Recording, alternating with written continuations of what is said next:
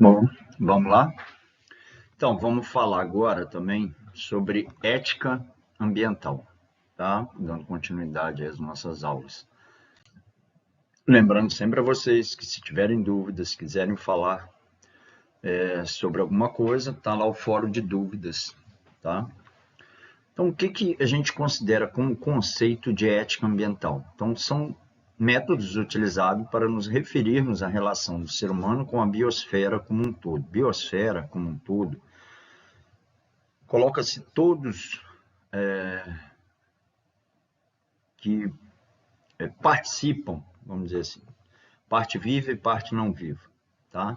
Parte abiótica, que é a parte não viva, e a parte biótica, que é a parte viva.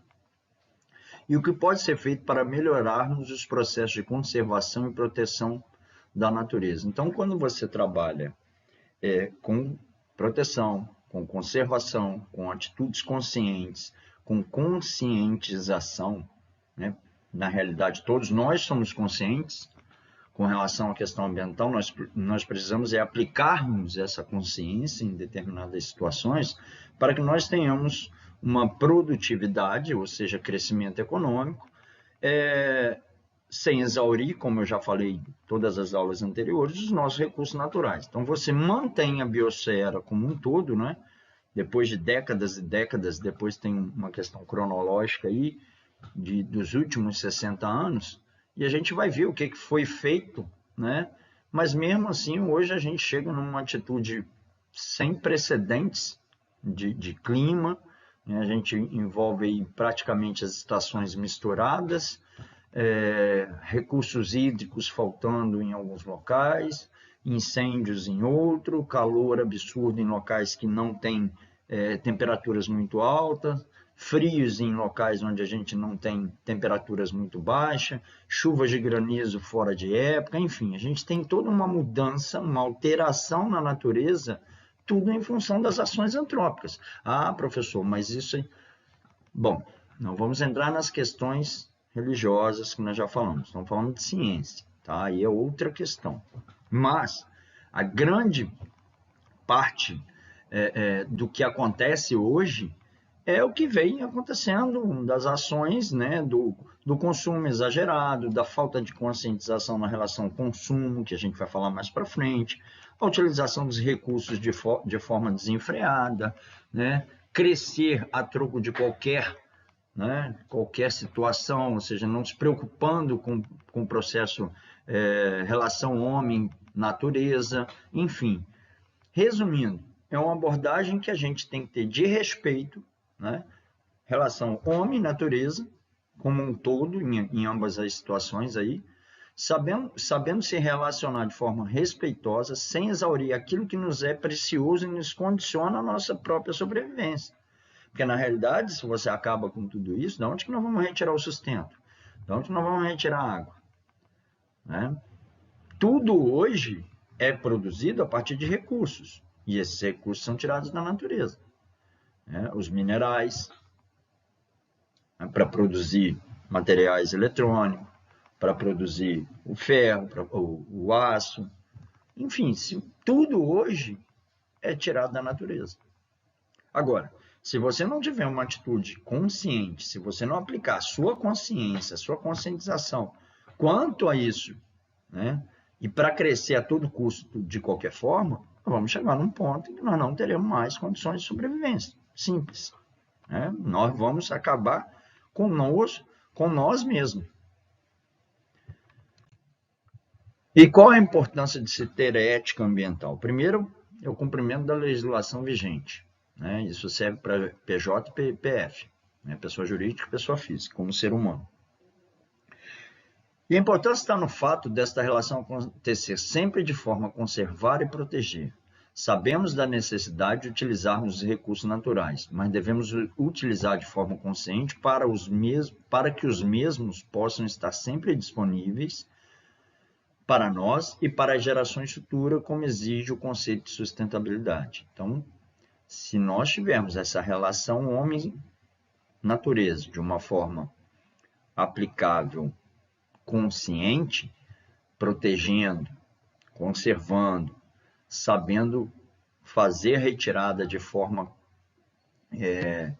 consciente, legal, sem ser da forma clandestina, onde você acaba fazendo tudo de uma forma errada, sem ter fiscalização, estaremos fadados ao fim. Isso é público. Imagina vocês, a gente ficar sem comer. Imagina vocês ficar sem água. O ser humano não vive sem água. Nenhum ser vivo vive sem água. É preciso que a gente tenha ética. Questão de ética em qualquer segmento se diz em relação a respeito. Nós temos que saber respeitar o outro lado. Nós temos que saber entender que o outro lado também precisa ter situações de proteção, principalmente quando a gente está falando de natureza. As discussões sobre os temas ambientais vêm de longas datas e diversos conceitos e metodologias. Bom, quando o homem começou a sentir que tudo que ele fazia, as consequências seriam inevitáveis para ele mesmo, ele começa a ter algumas atitudes. Lógico, essas atitudes ainda demoram a ser aplicadas. Primeiro fica no conceito teórico para depois entrar no conceito prático, mas pelo menos já é um caminho. Vou mostrar para vocês aqui uma cronologia dos últimos 60 anos, que se foi feito para tentar proteger e conservar a nossa biodiversidade como um todo mundial, o que se tentou fazer e onde começou-se a ser aplicado isso. A gente começa, vou puxar lá de 60, da década de 60 para cá, tá? Então a gente vai primeiro falar um pouco dos objetivos da ética ambiental e lá na frente a gente vai conversar mais sobre essa cronologia. Bom, quais são os objetivos de uma política visando a sustentabilidade?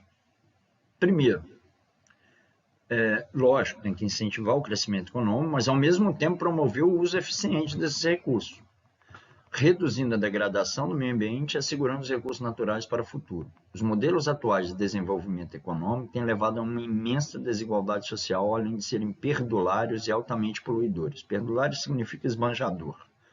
Entra na relação de consumo que nós vamos falar mais para frente, ou seja, o consumo exagerado, o consumo desnecessário, que acaba aumentando a produção, consequentemente você tem a necessidade de se produzir mais, porém o consumo não precisa ter esse exagero. Muitas das vezes você não precisa comprar um produto novo agora, você pode aguardar, ou você pode tentar entrar naquela situação da economia circular. Entendam como a gente vai linkando uma aula com a outra, ou seja, você vem puxando algumas coisas e volta lá atrás, vai lá na frente. Procure entender desta forma e lá na frente vocês vão entender melhor essa relação de consumo que eu já estou falando por aqui. Tá ok? Então, promover esse uso, esse desenvolvimento econômico e usar eficientemente os nossos recursos naturais. Quando você usa de eficiência, de respeito, de atitude consciente, você guarda para o futuro, você guarda para você mesmo. Você tem condição de conservar. Lógico, você vai usar? Vai usar. Mas você precisa conservar, para que não seja totalmente esgotado. Tanto para agora, para essa geração, como para gerações futuras. Então, a gente tem uns modelos hoje que deveriam ter algumas alterações. Primeiro, que são altamente poluidores, tanto a nível de ar, solo e água. Segundo, que você causa uma desigualdade social muito grande em relação ao consumo. A produção de consumo, uma produção alta, estimula o consumo, consome, mas vai havendo umas desigualdades muito, muito visíveis dentro das populações. E aí a gente entra, então, nessa cronologia da preocupação ambiental dos últimos 60 anos. Eu só puxei dos últimos 60 anos. Tá? Primeiro, em 1960, o DDT. O DDT ele foi muito utilizado como herbicida nas culturas, e aí começou a ter um conflito muito grande entre os preservacionistas e os desenvolvimentistas. É uma relação muito de preservação, mas ao mesmo tempo tem que se desenvolver. E o DDT ele foi utilizado, muitas mulheres tiveram alguns problemas posteriores com relação à gestação. É um herbicida muito forte, que é chamado dicloro, difenil, tricloroetano. É um produto químico fortíssimo. Em 1970, na década de 70, e aí entre 70, 72, 78 até 80, nós tivemos primeiro um grupo de cientistas em Massachusetts, do Instituto de Tecnologia, que assessorava o Clube de Roma, que alertou sobre os riscos de crescimento econômico contínuo e desenfreado, sempre baseado na exploração dos recursos naturais não renováveis, aquilo que eu falei lá na primeira aula. Ou seja, de você ter uma exploração de forma contínua, exaurindo os recursos, sem se preocupar na conservação. Em 1972, ocorre a primeira Conferência Mundial sobre o Meio Ambiente. Em 78, surge na Alemanha o primeiro selo ecológico, o Anjo Azul, que era para rotular produtos considerados ambientalmente corretos. Então, aí a gente começa a ver que o mercado se preocupa já com aquela situação que eu falei de você se posicionar perante os segmentos, principalmente da opinião pública, como uma empresa, como uma pessoa, como uma corporação, como uma organização preocupada com a conservação ambiental. Isso tudo leva a crer que esses que estão nessa situação estão cumprindo a legislação vigente. Em 1980, na década de 80, a ONU retoma os assuntos sobre as questões ambientais, apresentando em 87, propõe o desenvolvimento econômico, que é aquele que atende às necessidades, comprometer a possibilidade de gerações futuras terem mantido as suas necessidades. Então, a gente vê aí que há uma preocupação já, 20 anos depois, se permanece com aquilo que a gente, sem contar anteriormente, que a gente teve muita degradação ambiental, até com a questão da pecuária, com a questão do café, das monoculturas de uma maneira geral, mas que produziam alimentos. Em 1990, já entrando na década de 90, a gente entra já uma consciência coletiva sobre a necessidade e a importância de um equilíbrio ambiental. Em 1982, ocorre a Conferência das Nações Unidas sobre o Meio Ambiente e Desenvolvimento, conhecida como Cúpula da Terra, ou a Rio 92, ou a Eco 92, realizada aqui no Brasil, no Rio de Janeiro, resultou em importantes documentos, como a Carta da Terra, conhecida como Declaração do Rio, e a Agenda 21. Hoje a gente tem a Agenda 2030, já. Em 1997 surge o Protocolo de Kyoto, que alguns países não desenvolvidos não assinaram, que estipulava metas para reduzir a emissão de gases do efeito estufa. Isso aí é uma particularidade aí que eu particularmente tenho uma outra opinião. Em 2002, 10 anos após a Rio 92, realizou-se em Joanesburgo, na África do Sul, a Cúpula Mundial sobre Desenvolvimento Sustentável, também conhecido como Rio+10.